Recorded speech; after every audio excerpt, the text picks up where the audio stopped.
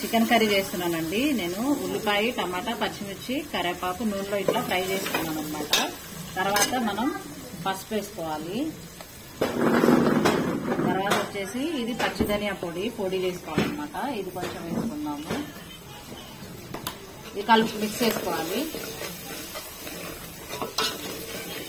Mix అయిన తర్వాత చూడండి ఇలా మంచిగా మగ్గి నూనె పైకి తేలాలి. తర్వాత ఇది అల్లం పేస్ట్ వేసేద్దాం. కేజీన్నర చికెన్ కదా, మొత్తం వేసేస్తున్నాను.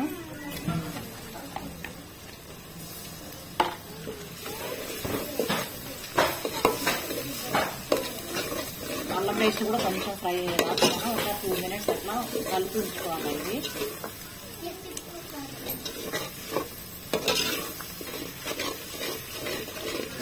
కట్టెలపై మీద చికెన్ చాలా టేస్టీగా ఉంటుందండి. పాతకాలంలో ఇలాగే చేసేవాళ్ళు. ఇప్పుడు మనం దీంట్లో చికెన్ వేసుకుందాము. ఇది బాగా ఫ్రై అయిపోయింది కదా, మనం చికెన్ వేసుకుందాం ఇప్పుడు.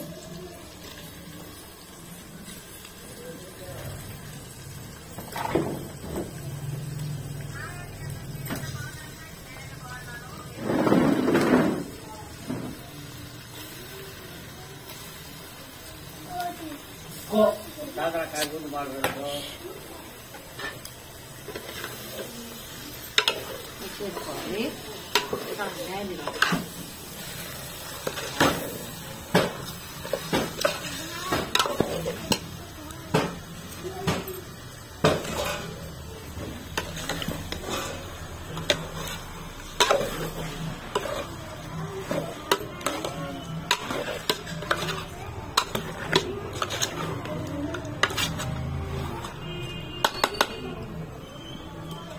అంతేనండి. మగ్గిన తర్వాత ఉప్పు, కారం, ధనియా పౌడర్ వేసి కొంచెం కొబ్బరి పొడి వేసి క్లీన్ చేసుకోవడమే. మీకు నచ్చిందా? నచ్చితే లైక్ చేయండి, షేర్ చేయండి, సబ్స్క్రైబ్ చేయండి.